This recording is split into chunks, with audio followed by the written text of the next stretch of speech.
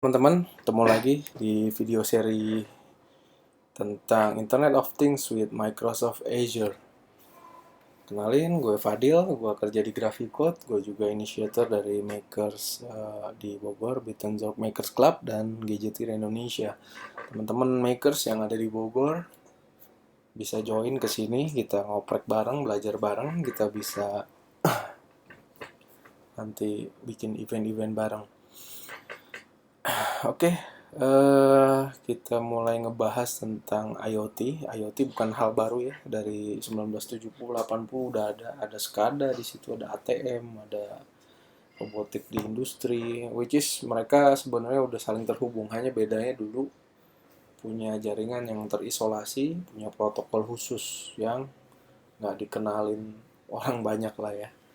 2016-17 makin banyak, ada lampu cerdas, ada kompor cerdas, ada wearable, ada alat-alat medical device yang bisa di-embed di badan kita. Jadi semua itu mengirimkan data, menerima data, dan terkoneksi melalui internet. Jadi banyak capability yang muncul dari hal-hal yang sekarang belum terpikirkan ya. Ya contohnya kalau kompor pintar gas bocor dikasih tahu pemiliknya dia langsung matiin apinya, atau lampu pintar ketika pemiliknya datang dia nyala sesuai intensitas cahaya di luar, jadi nggak terlalu terang nggak terlalu redup, atau ada modenya, mode baca atau mode lagi acara arisan dan sebagainya, itu bisa semua diatur ketika device ini semua terhubung. Market yang ditaksir bisa sampai 7,2 triliun ya oleh IDC, ini datanya dikeluarkan karena pasar IoT yang semakin booming, dan bisa ada 25 miliar device yang akan terhubung nanti 2020.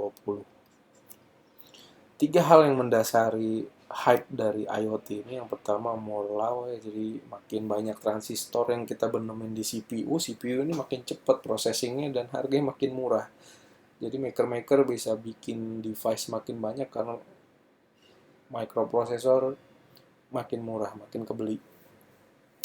Metcalfe Law ngomong ya, device ini semakin banyak terhubung, semakin valuable jaringan yang terjalin antar device ini.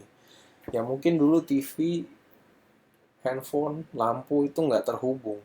Begitu terhubung bisa melakukan hal yang tidak kita pikirkan saat dulu ya.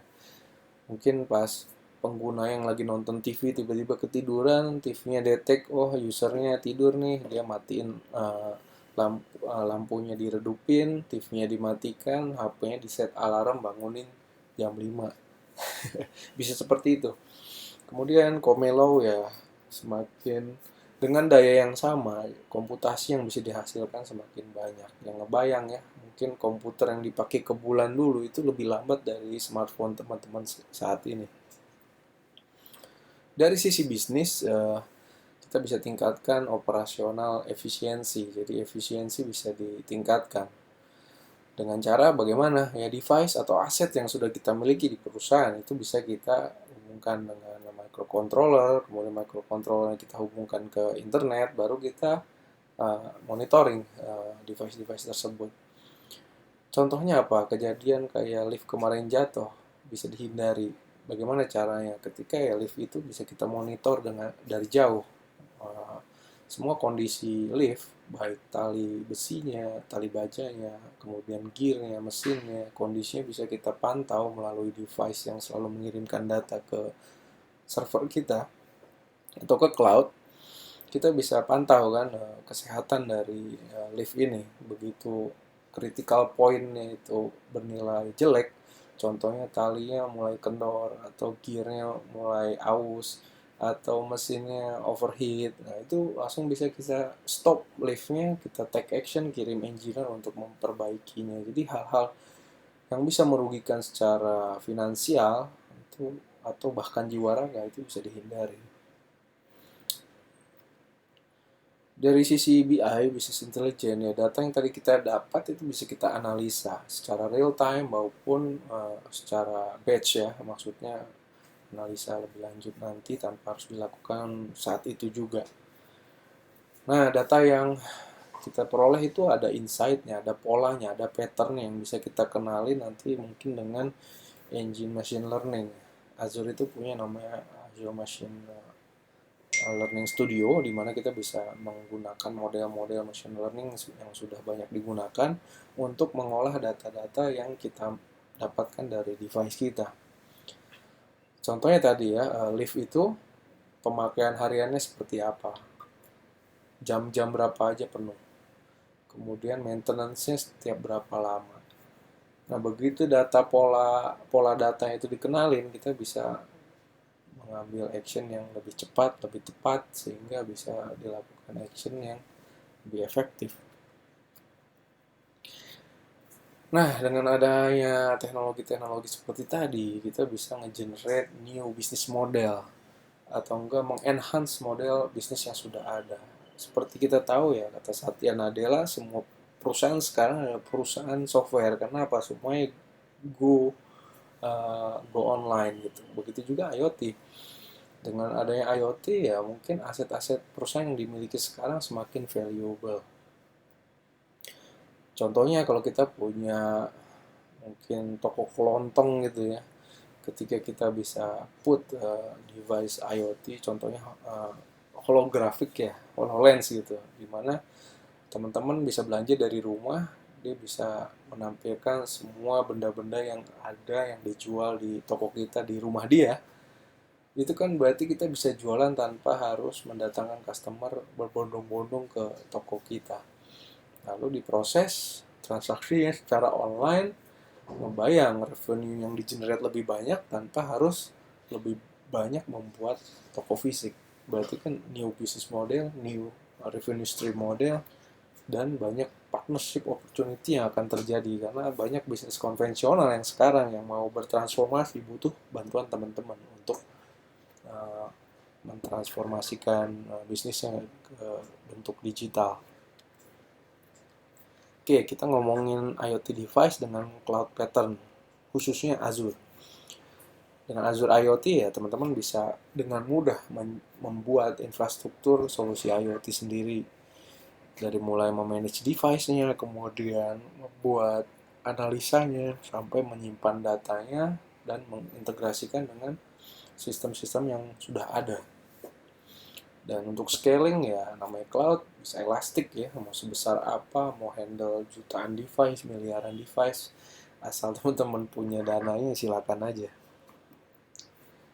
Nah, 3 part yang penting yang dihandle oleh Azure ini adalah manajemen device dan konektivitasnya, kemudian untuk menganalisa datanya, dan juga untuk mempresentasikan atau memvisualisasikan data tersebut, dan juga mengintegrasikan dengan beberapa aplikasi bisnis yang sudah dimiliki. Ini referensi arsitektur Azure IoT yang bisa teman-teman jadikan sebagai base-nya ya, basis membangun arsitekturnya. Ada beberapa layer. Yang pertama device layer. Device ada 2, ada yang punya kemampuan untuk connect langsung ke internet. Biasanya ada WiFi modul atau Ethernet modulnya. Ini bisa langsung ngirim data ke IoT Hub. Sedangkan yang low power device biasanya dia menggunakan protokol lain untuk mengirimkan data, entah itu Zigbee, Z-Wave, LoRa, atau Sigfox, dan macam lainnya yang datanya itu harus dikolek oleh gateway di lapangan dulu, baru ditranslasikan protokolnya ke protokol yang dikenali oleh IoT Hub. Nah, di processing layer ini kita bisa memanage device-device yang terkoneksi, state-nya, dan juga kita punya stream analitik untuk memproses data yang real time tersebut. Bisa langsung di query, langsung membuat rules dan notification berdasarkan data yang real time. Bisa juga di log datanya, ditaruh di Hadoop dulu atau blob storage atau di SQL untuk dianalisa lebih lanjut. Lalu bisa direpresentasikan ke bentuk web atau mobile apps atau legacy apps, atau diintegrasikan ke on-premise apps kayak ERP atau sistem-sistem lain lah. Event Hub ini adalah service lama yang dimiliki Azure untuk menerima event-event dari device ya, entah itu PC atau wearable atau yang lain-lainnya. Nah, Event Hub ini punya kemampuan untuk menghandle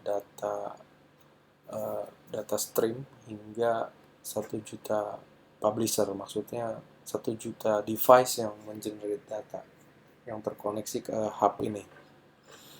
Dan juga jadi kalau teman-teman kalau mempunyai lebih dari 1 juta device, lebih baik create event hub baru.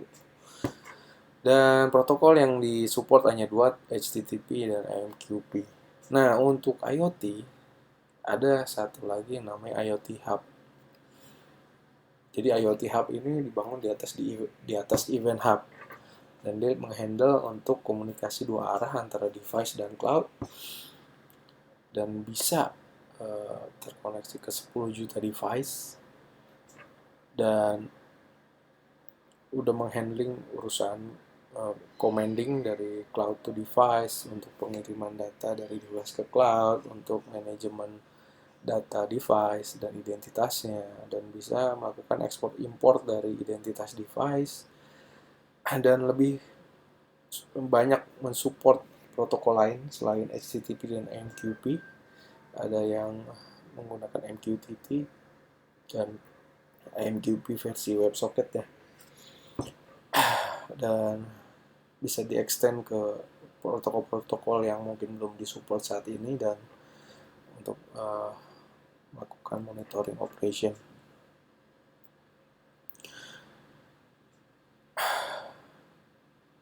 Dan ini additional yang kita butuhkan ketika kita membuat solusi IoT. Tentunya semua device yang akan terkonek ke IoT Hub perlu dibuat identitas yang unik. Kemudian metadata tentang device-nya juga di-keep, bisa berupa namanya, publisher-nya, tahun produksinya, mungkin capability-nya, penggunaan baterai, powernya, dan sebagainya, bahkan status dari device itu, nyala, mati, rusak, dan juga menghandle untuk kita membutuhkan untuk mentranslate beberapa protokol komunikasi supaya bisa diolah menjadi satu. Dan untuk device-nya sendiri kita agnostik ya, jadi istilahnya semua device dengan berbagai platform atau operating system itu bisa terhubung ke IoT Hub, karena SDK-nya udah disediakan untuk yang menggunakan C, .NET, Java atau JavaScript, atau banyak teman-teman yang menggunakan bahasa lain yang membuat library-nya sendiri, atau bisa menggunakan native MQTT atau native MQP library untuk langsung nge-push ke IoT Hub.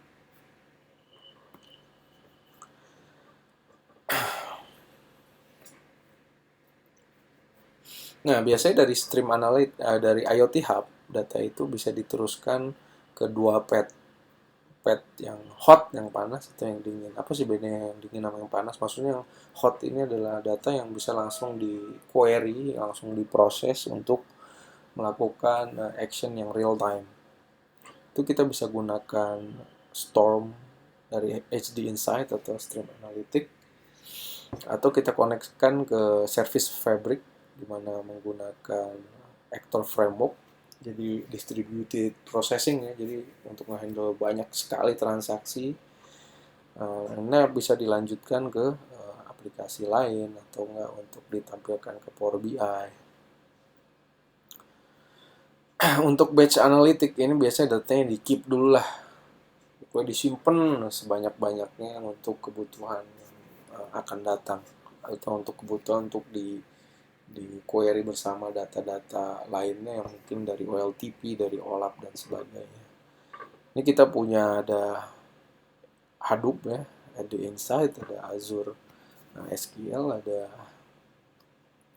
dokumen DB, Azure Blob, dan sebagainya yang bisa kita pakai.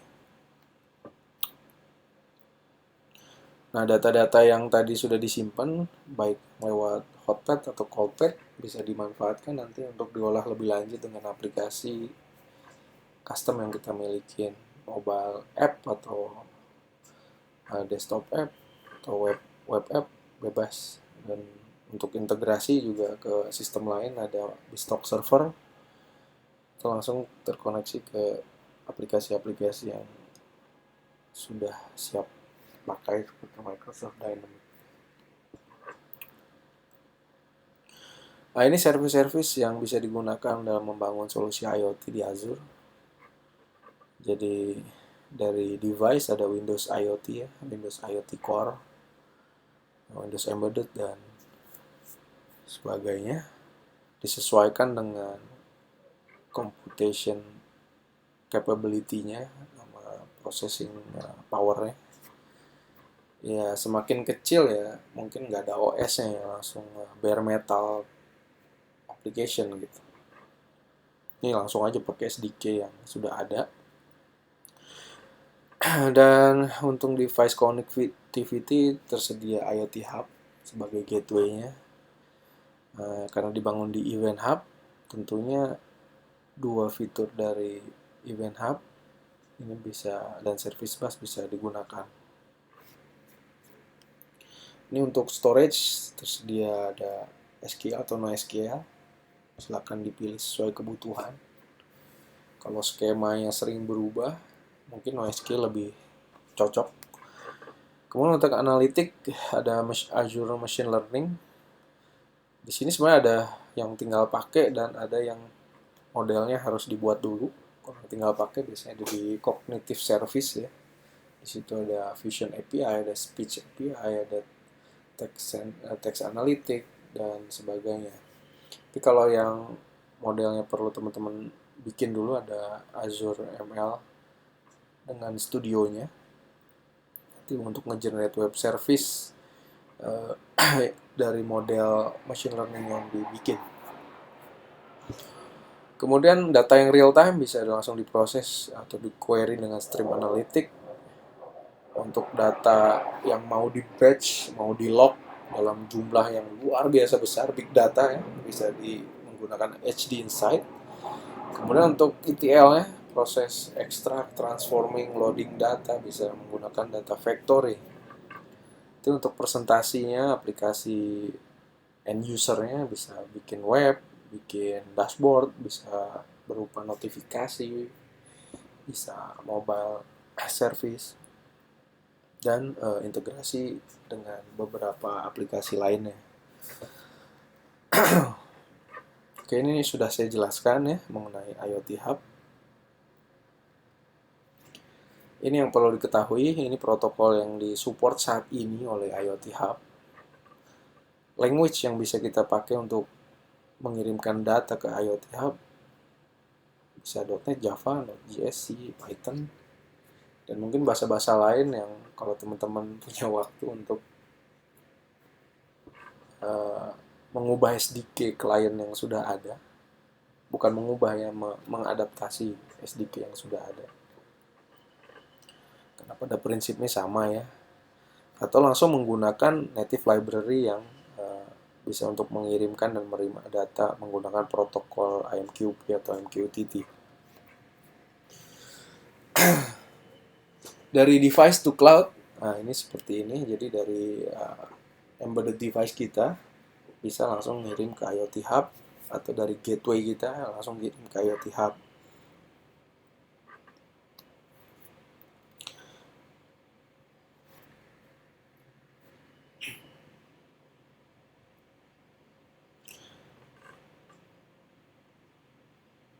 Nah ini contoh aja. Bisa diarahkan nanti data yang diterima oleh IoT Hub itu bisa diteruskan ke stream analytic. Dari stream analytic bisa dilempar ke hotpad atau coldpad.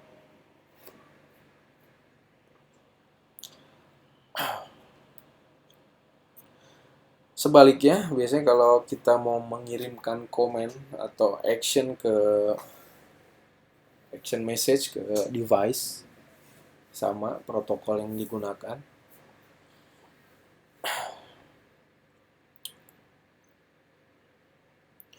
Dan masa hidupnya bisa sampai 2 hari ya, sampai nanti datanya itu di consume oleh device kita. Contohnya ya, kita ngirimkan informasi agar device itu mengupdate firmware. Kita kirim message, isinya adalah versi firmware-nya dan URL path-nya untuk mendownload binary data berisi firmware yang baru. Nah, ini untuk manajemen device-nya. Jadi kita bisa melakukan CRUD, tapi ini CRUD-nya bukan master data, tapi device. Jadi meng-create identitasnya, mengupdate identitasnya, bisa nge-retrieve by identitasnya, by primary key-nya istilahnya ya. Bisa nge-delete identitas dari device kita up to 1000 identity. Nah, ini registrinya, metadata tentang device kita bisa simpen di berbagai jenis storage yang disediakan. Bisa di DocDB, ini kayak MongoDB lah ya, NoSQL, bisa di relational database.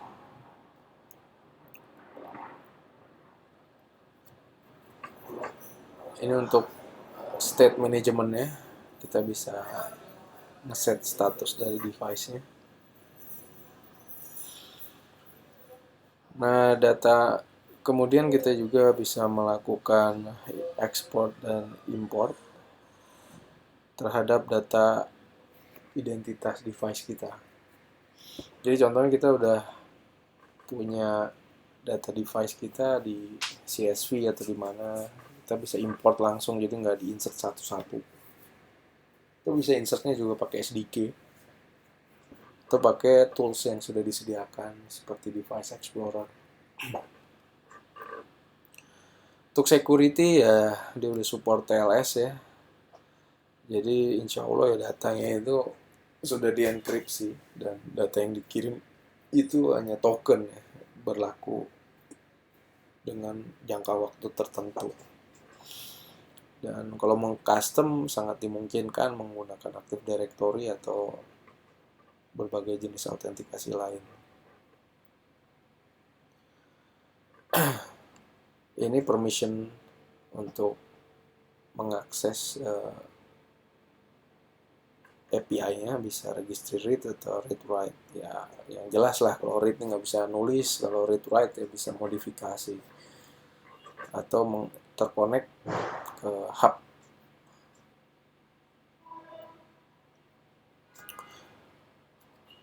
Oke, tadi kita ngomongin IoT Hub, sekarang Stream Analytic. Stream Analytic ini bisa melakukan query terhadap data real time yang kita peroleh dari berbagai input. Salah satu input yang disupport ya IoT Hub tadi. Nah, untuk melakukan analitik terhadap data input tersebut, kita bisa menggunakan bahasa yang mirip SQL ya. Nah, Stream Analytic ini memang dikhususkan untuk memproses data yang sangat cepat atau low latency dan jumlahnya sangat banyak. Seperti ini arsitekturnya. Jadi SIM Analytic ini berada di layer transformasi. Biasanya kita mengirimkan data dari device langsung ke IoT Hub atau melalui gateway dari IoT Hub untuk meneruskannya ke storage tertentu atau langsung dianalisa secara real time, itu harus melalui Stream Analytic. Di sini kita akan define query-nya dan mungkin query-nya mirip-mirip SQL, ada bisa nge-grouping, bisa melakukan windowing terhadap waktu. Nah, 3 komponen yang ngebentuk Stream Analytic ini ada input, ada query, dan ada output. Di sisi input, apa aja yang disupport oleh Stream Analytic? Jadi semua data yang di-generate dari Event Hub, yang diperoleh dari Event Hub atau dari IoT Hub atau dari Blob Storage, Biasanya ini data-data untuk referensi ya. Itu bisa semua digunakan. Atau kita ngupload file langsung buat testing, bisa dengan CSV, JSON, atau berbentuk Avro ya. Ini salah satu protokol sendiri. Nah, di sisi layer query, nah ini seperti ini bentuk query-nya. Persis kayak SQL Server ya. SQL Server, SQL Query. Jadi into, nah ini adalah output, from ini adalah input. Dan ini adalah kolom-kolom field-field yang kita dapatkan dari skema data yang di-ingest dari input.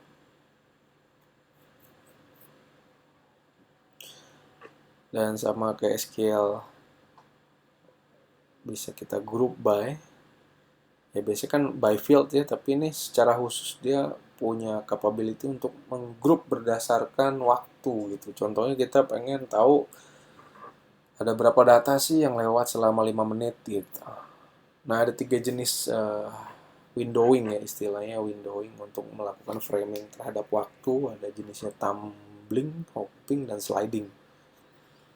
Nah, apa sih beda ketiganya? Nah, kalau tumbling itu ya kalau orang ngomong setiap 5 menit ya udah menit ke 1 sampai 5. Habis itu menit ke 6 sampai 10, 11 ke 15.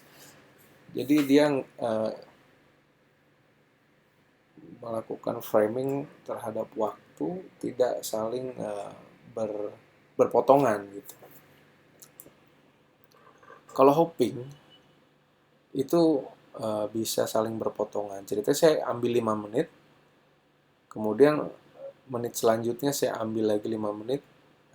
Nah, seperti itu bisa dilakukan. Atau sliding window. Sliding window ini persis kayak hopping window ya. Jadi kita bisa ngeset berapa lebar framing waktu yang kita inginkan dan berapa jarak slidingnya. Cuman bedanya dia bisa apa? Bisa tidak saling berpotongan waktunya.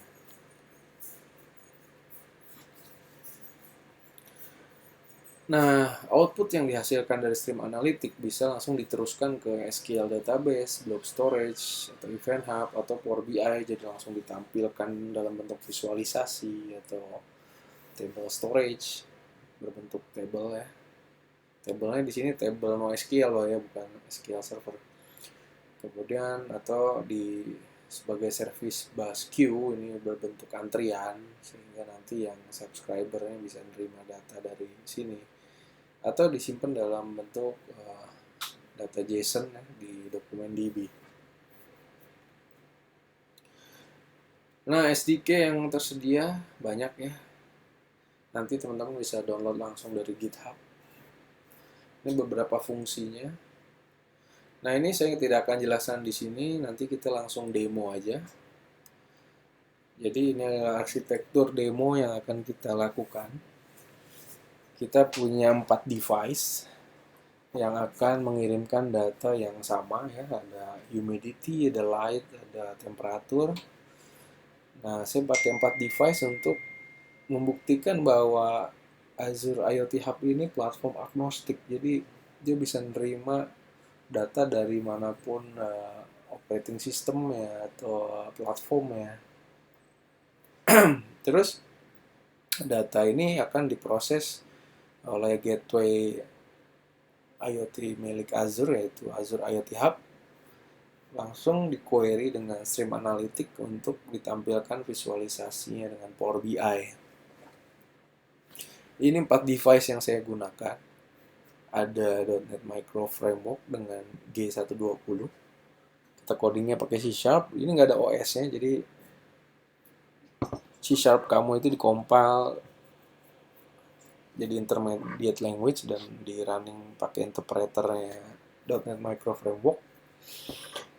Ada juga dengan Node MCU, kita pakai Arduino sih ya untuk codingnya.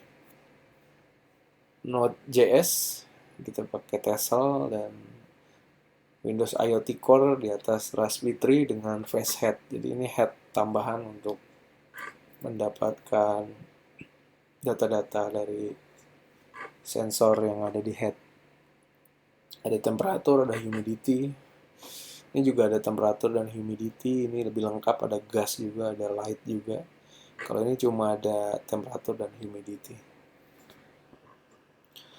Oke, jadi kita step by step apa yang harus kita lakukan. Yang pertama adalah kita membuat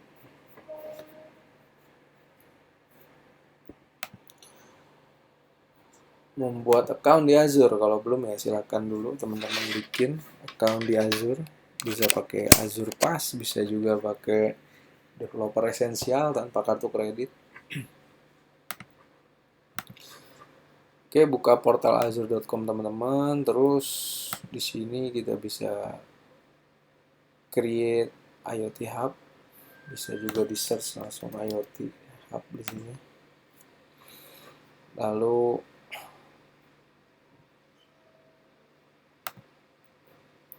silakan di create dan diberi nama. Ini namanya, ini scalingnya mau yang sebesar apa. Ini biasanya bedanya di ini berapa jumlah message yang bisa diolah per unit per harinya. Kemudian unitnya berapa buah, berapa partisinya, subscription-nya. Nah, kebetulan saya sudah nge-create satu ya, Azure IoT Hub.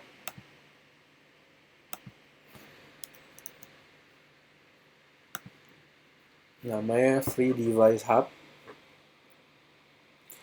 Ini lagi running ya. Nah, teman-teman yang dibutuhkan adalah mengcopy connection string. Ini di copy. Untuk selanjutnya kita gunakan device explorer untuk nge-generate connection string untuk setiap device.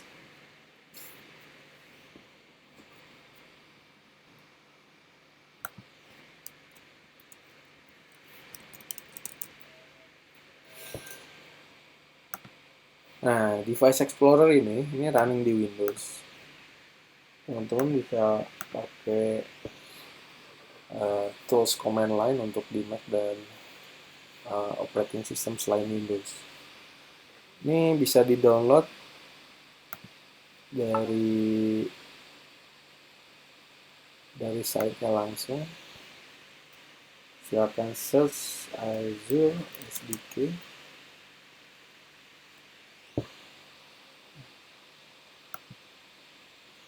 Azure SDK IoT.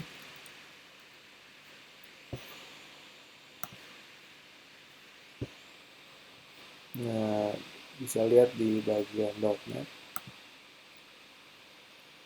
Ini silakan di-download. Nanti posisi toolsnya ada di sini, tools, device explorer, device explorer. Nah, ini solutionnya silakan dibuka pakai Visual Studio, nanti di build.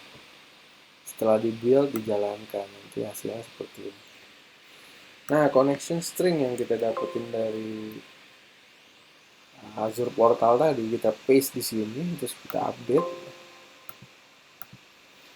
Dan di bagian manajemen kita bisa meng-create identitas dari device kita. Contohnya kita klik create, kita kasih nama, create, otomatis key-nya akan di-generate.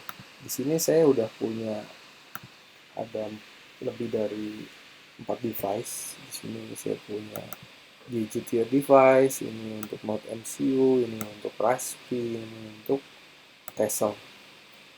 Nah, untuk mengcopy connection string setiap device, tinggal diklik kanan, copy connection string for selected device. Contoh untuk Tessel, saya tinggal copy, terus saya switch ke codingnya, saya paste di connection stringnya, saya paste di sini. gitu. Untuk codingnya sendiri ini sebenarnya dari Tessel sendiri ya. Tessel sudah menyediakan library untuk membaca sensor-sensornya. Contohnya ini sensor climate SI7020 di port A. Nah, ini teman-teman bisa lihat jika sensor udah ready ya. Nah, kita lakukan setiap 5 detik untuk uh,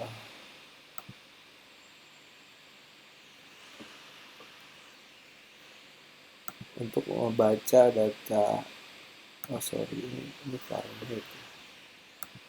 Data temperatur, data humidity, lalu kita bentuk jadi JSON object yang berisi def, precious, dan sebagainya, lalu dikirimkan melalui fungsi client.sendEvent. Nah, sebenarnya klien ini adalah API yang disediakan oleh Microsoft untuk mengirimkan data telemetri atau menerima data telemetri dari IoT Hub. Nah, SDK ini bisa di-download di tempat yang sama.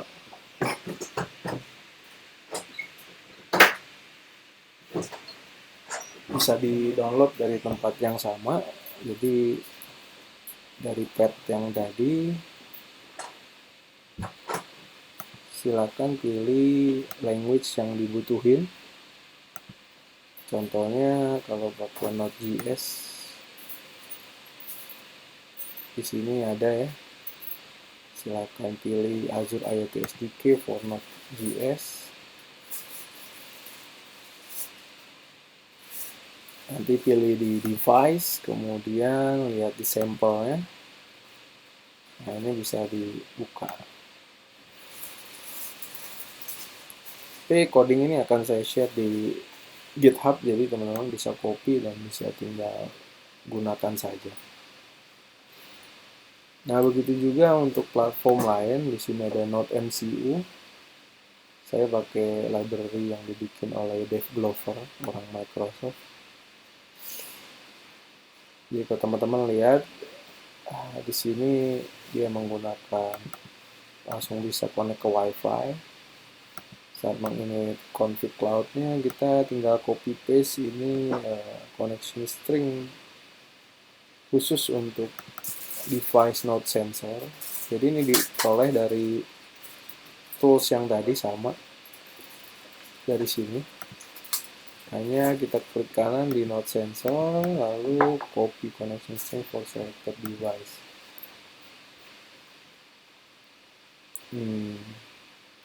Oke.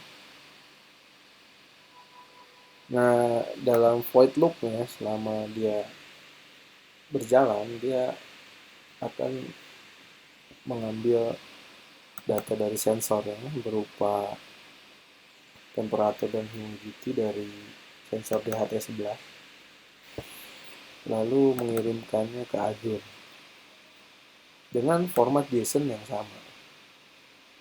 Jadi kalau teman-teman melihat, ini adalah properti yang sama di JSON yang dikirimkan ke IoT Hub. Ada dev, device-nya, ada tanggal, ada derajatnya, temperatur dalam Celsius, ada humidity, ada light, dan sebagainya.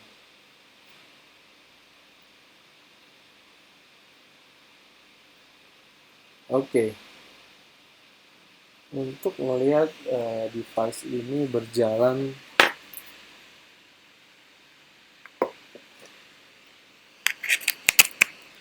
kita bisa switch ke tab data. Kita pilih nama event hub-nya, kemudian kita pilih nama event hub-nya, lalu pilih sensornya, contohnya P sensor, saya klik monitor.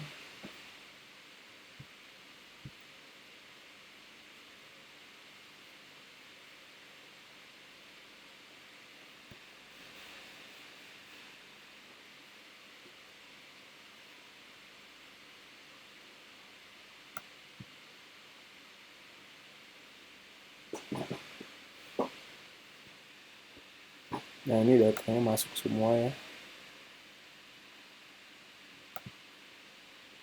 bisa juga untuk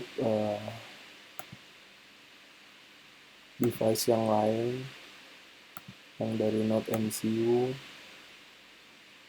Nih bisa dibedain ya, dari properti device-nya beda-beda di sini.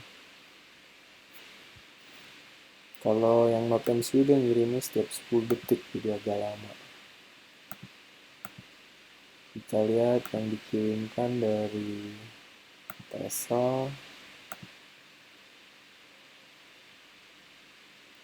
Nah, Tesla ini kalau nggak salah belum running, jadi kita bisa jalankan dulu lewat terminal.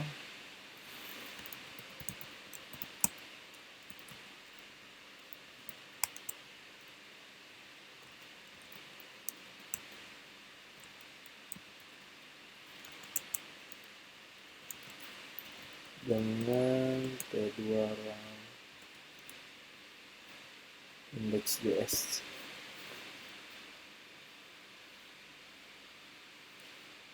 Jadi index.js ini isinya adalah ini ya, coding yang ini.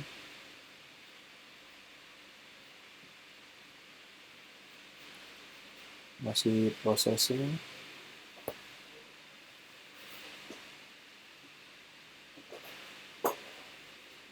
Oke, sambil nunggu yang Tesla, saya juga ada device gadget ya, yang menggunakan .NET Micro Framework. Nah, ini bisa dilihat sudah berjalan juga.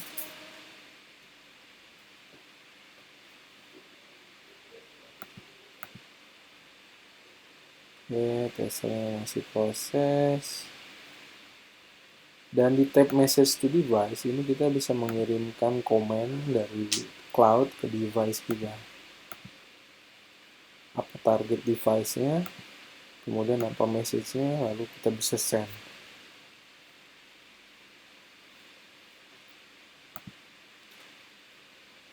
Nah, tools ini sebenarnya helper untuk membantu teman-teman mempermudah aja untuk create device baru, kemudian untuk ngirim pesan, untuk monitor datanya.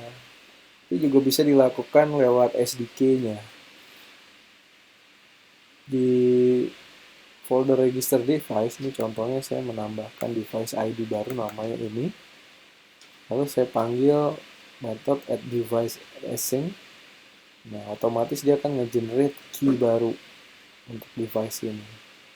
Gitu. Contohnya saya tambahin di sini apa ya, Arduino kali, Arduino device. Terus saya klik kanan, debug, saya run.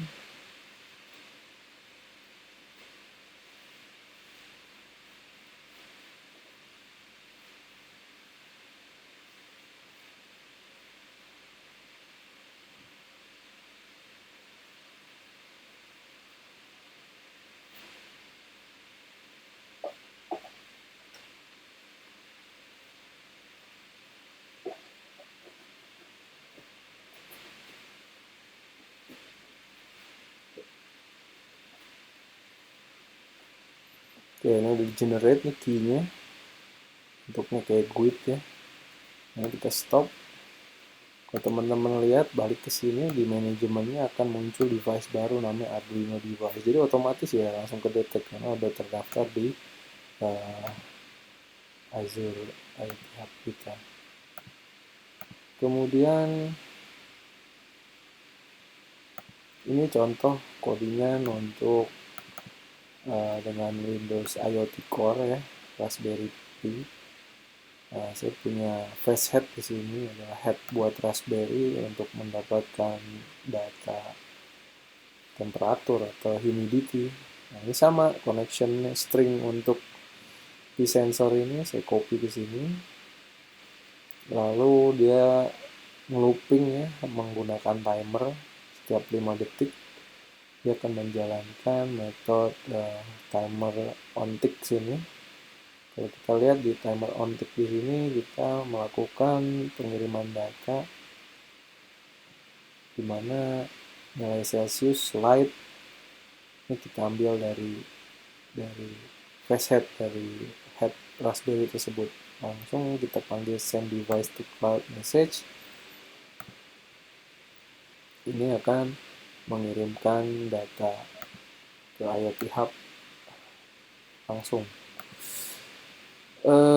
Di sini juga kita punya metode receive C2D. Maksudnya apa? Cloud to device asynchronous. Nah, ini adalah fungsi untuk menerima komen dari cloud ke device. Jadi kalau dari aplikasi web atau mobile mengirimkan komen ke device IoT kita bisa menggunakan metode seperti ini. Nah, ini saya punya fungsi untuk ngecek message yang dikirimkan oleh aplikasi dari cloud tersebut. Dia akan ngecek apakah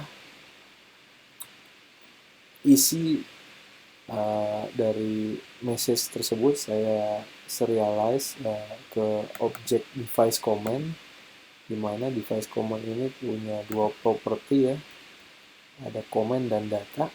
Nah, comment ini berisi string mengenai komen-komen yang dikenali. Ini sebenarnya skemanya terserah teman-teman, bisa seperti apa aja, bebas. Ini contohnya saya cuma bikin satu kelas dengan dua properti. Nah, ini bisa saya contohkan.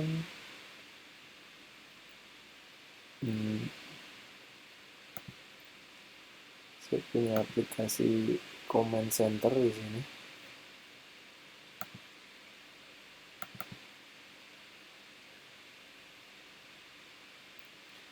Di mana dia punya 3 text box.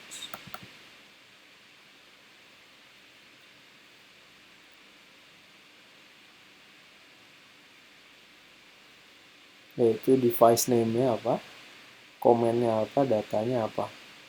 Dan di method on send click di sini saya mengirimkan class of device comment ke IoT Hub untuk ke device tertentu. Ini seperti contoh seperti ini, device comment, komennya saya ambil dari textbox comment, data dari textbox data, lalu saya panggil method sendCloud to device. SendCloud to device akan mengirimkan message khusus ke device yang namanya txt_device.txt yang ada di textbox ini. Coba saya running di sini.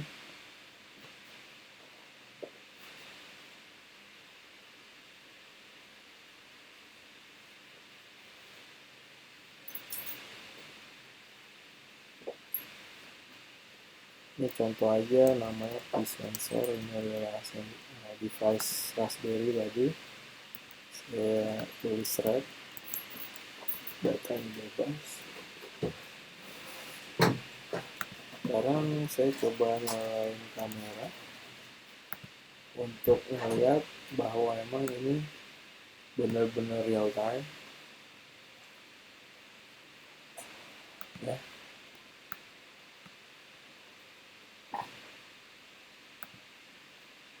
Oke, saat ini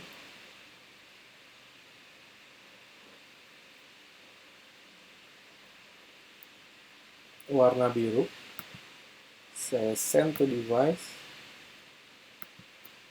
Warna merah saya ganti jadi green, send to device jadi hijau.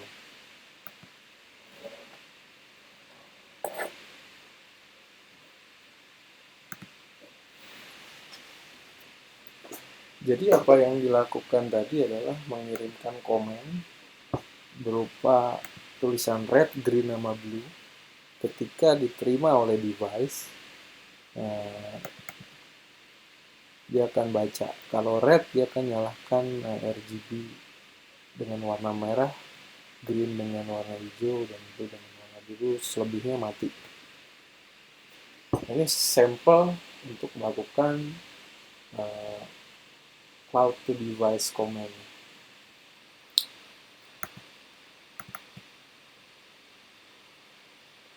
Nah, teman-teman juga bisa bikin aplikasi untuk streaming visualisasi on premise.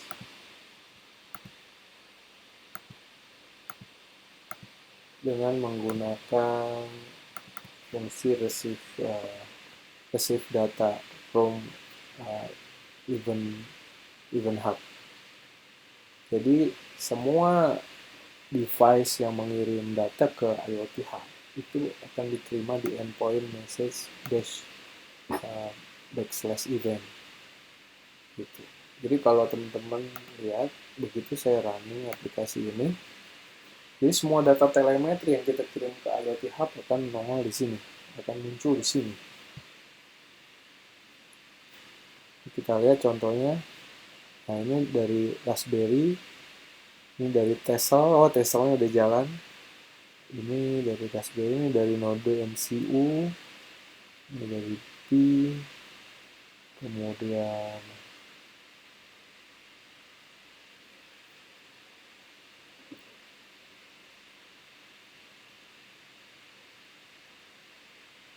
ini dari Gadgeteer. Nah, data ini kalau teman-teman parsing langsung bisa divisualisasikan dengan chart. Kebetulan ini contohnya saya copy paste langsung dari tutorialnya untuk di stream ke command line window. Oke, kita udah ngomongin bagaimana bikin identitas device, kemudian bagaimana ngirim data dari device ke cloud, dari cloud ke device, kemudian untuk menerima semua data yang dikirim ke event hub atau IoT hub. Selanjutnya kita pengen menganalisa data stream tersebut. Teman-teman bisa create yang namanya stream analytic. Di sini ada stream analytic job. Ini klik, langsung create. Nah, nama jobnya apa, kemudian subscription-nya apa, resource group-nya apa. Nah, kebetulan saya sudah bikin juga namanya room analytic. Nah, seperti yang saya jelaskan tadi, ada 3 komponen yang harus dikonfigurasi di stream analytic. Ada input, ada query, ada output. Terlebih dahulu kita harus define 2 hal ini. Nah, klik di input.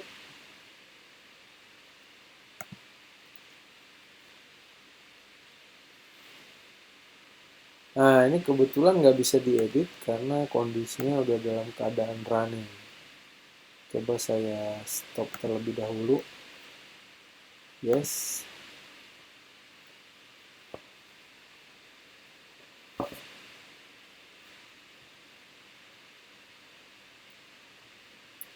Saya klik ke room center.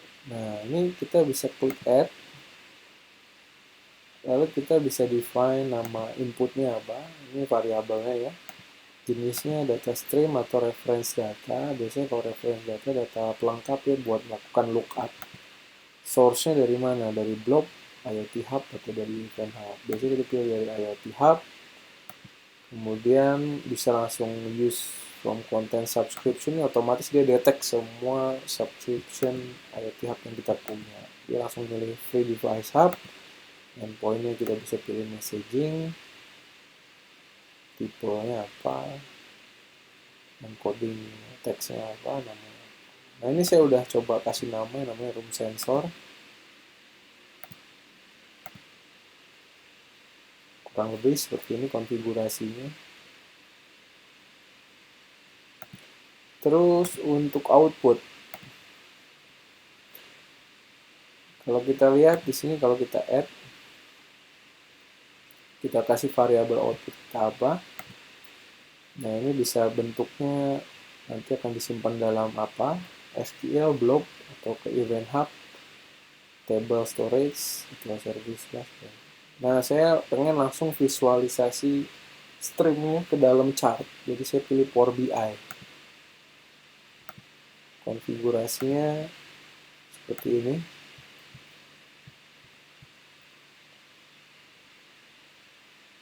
Ya, saya kasih nama datasetnya room data, tabelnya room data sama.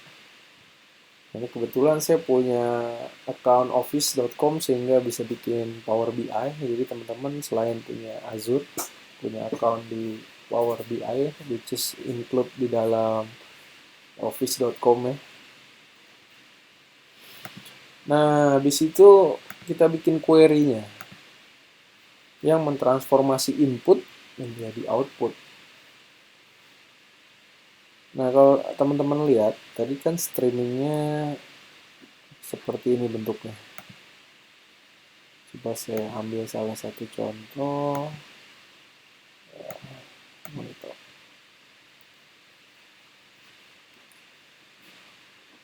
Cancel, ini saya bisa copy.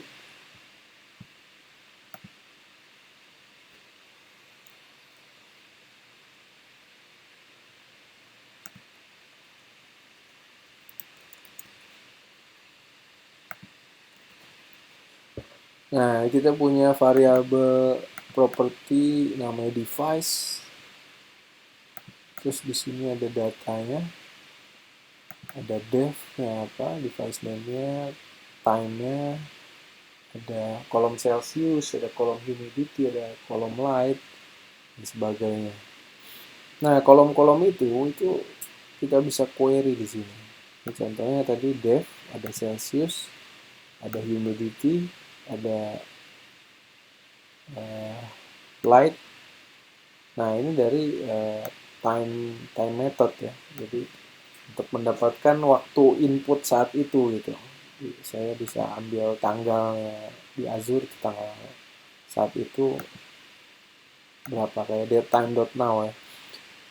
Terus hasil query-nya saya masukkan ke dalam output, variabelnya namanya room stream output.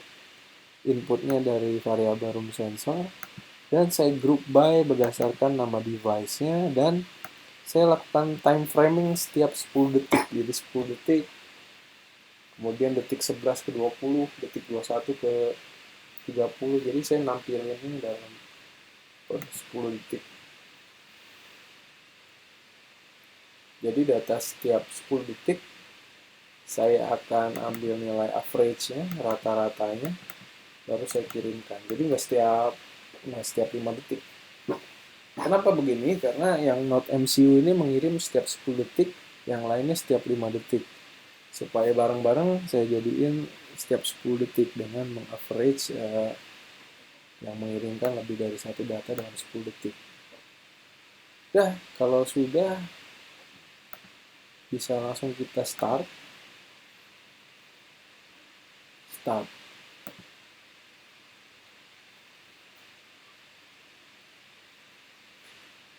Nah, sambil menunggu start, kita bisa membuka Power BI.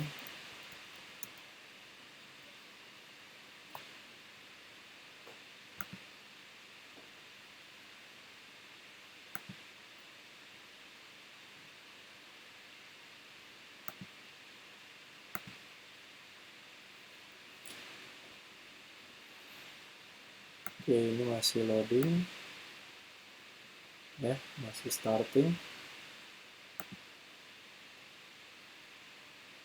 Nah, kalau teman-teman lihat di sini kita punya namanya streaming dataset yang namanya room data. Jadi ini di-create oleh Stream Analytics. Begitu kita pilih outputnya Power BI, lalu kita configure, otomatis dia akan muncul di sini. Untuk nge-generate report, kita klik tombol create report di sini. Nah, ini adalah kolom-kolom yang di output oleh Stream Analytics. Contoh, saya pengen nampilin dalam bentuk line chart, lalu saya drag nilai temperatur ke value, lalu saya drag nilai time input ke aksis, saya perbesar.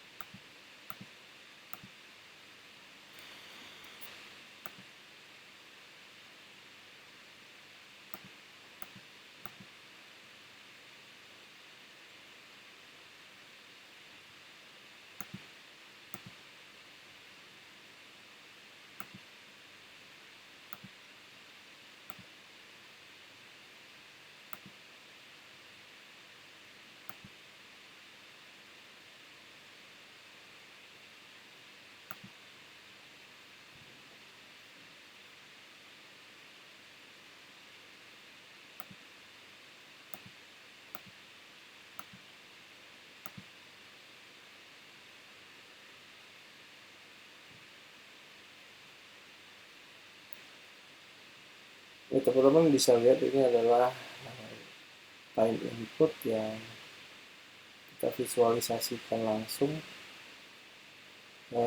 Cuman saya perlu memfilter dev-nya, device-nya. Saya pengen hanya dari Raspberry sensor, dari Node MCU juga. Hassle ini datanya sangat sedikit, jadi belum ada. Digital ini bisa dilihat naik karena saya baru nyalain AC itu jam segini ya. Ini tambah 7 jam. Kurang berapa ya? Ini saya harus translasikan dulu waktunya ke waktu Indonesia bagian barat nih. Ya ini karena saya nyalain AC sebelumnya dalam keadaan mati. Dalam keadaan nyala kemudian dimatikan, jadi suhunya naik.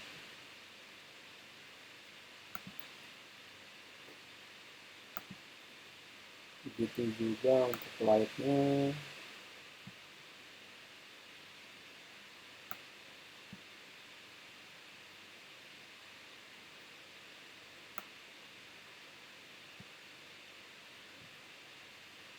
Begitu. Nah ini makin siang makin terang ya, makin siang makin terang. Nanti kalau udah seperti ini bisa di save, my room. Setelah itu bisa publish ke web, ya kan, publish. Kita buka di tab baru ya, teman-teman langsung bisa buka datanya seperti ini.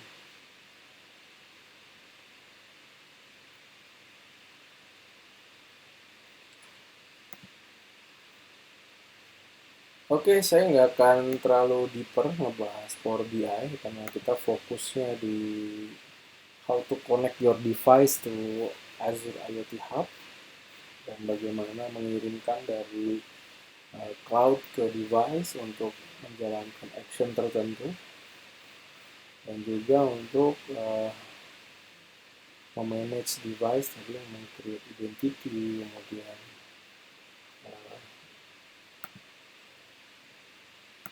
nanti ada contoh yang lebih komprehensif. Oke, begitu aja. Nanti teman-teman kalau mau coba sendiri di rumahnya, saya sudah mengupload ya sampel code-nya di GitHub. Ini silakan buka aja. Di sini ada 3 sampel tadi, ada Raspberry, kemudian ada Digital, ada juga untuk Hassle dan Node MCU. Terima kasih, semoga bermanfaat. Sampai jumpa di sesi video selanjutnya. Bye-bye.